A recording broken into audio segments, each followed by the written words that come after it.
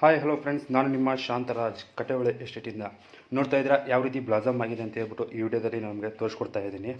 ನಮಗೆ ಪಿಕ್ಕಿಂಗ್ ಆಗಿ 3 ಡೇಸ್ಗೆ ಒಳ್ಳೆ ಒಂದು ಮಳೆ ಬಂತು, ಒಂದು 15 ಸೆಂಟ್ಸು.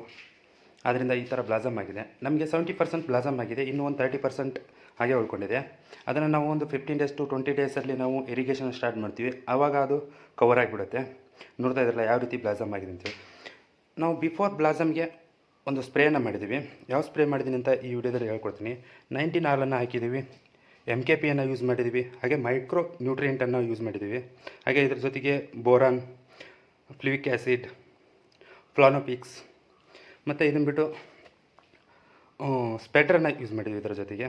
ಹಾಗೆ ಇದ್ರ ಜೊತೆಗೆ ಅಮೋನಿಯೋ ಆ್ಯಸಿಡ್ ಅಂತ ಒಂದು ಯೂಸ್ ಮಾಡಿದ್ದೀವಿ.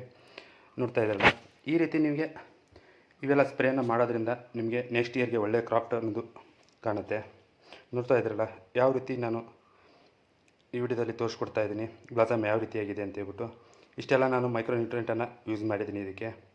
ನನಗೆ ಕಾಡ್ತಾ ಇರೋ ಸಮಸ್ಯೆ ಅಂದರೆ ಪಾಲಿನೇಷನ್ಗೆ ಜೇನುಹುಳುಗಳ ಸಮಸ್ಯೆ ಇದೆ. ಇದರಲ್ಲಿ ಯಾವುದೇ ರೀತಿ ಜೇನುಹುಳ ಕಾಣ್ತಾ ಇಲ್ಲ. ಹಾಗಾಗಿ ನೆಕ್ಸ್ಟ್ ಇಯರ್ಗೆ ನಾನು ಜೇನು ಪೆಟ್ಟಿಗೆನ ಇಡೋದಕ್ಕೆ ಪ್ರಯತ್ನ ಮಾಡ್ತೀನಿ. ಥ್ಯಾಂಕ್ ಯು ಫ್ರೆಂಡ್ಸ್, ಧನ್ಯವಾದಗಳು.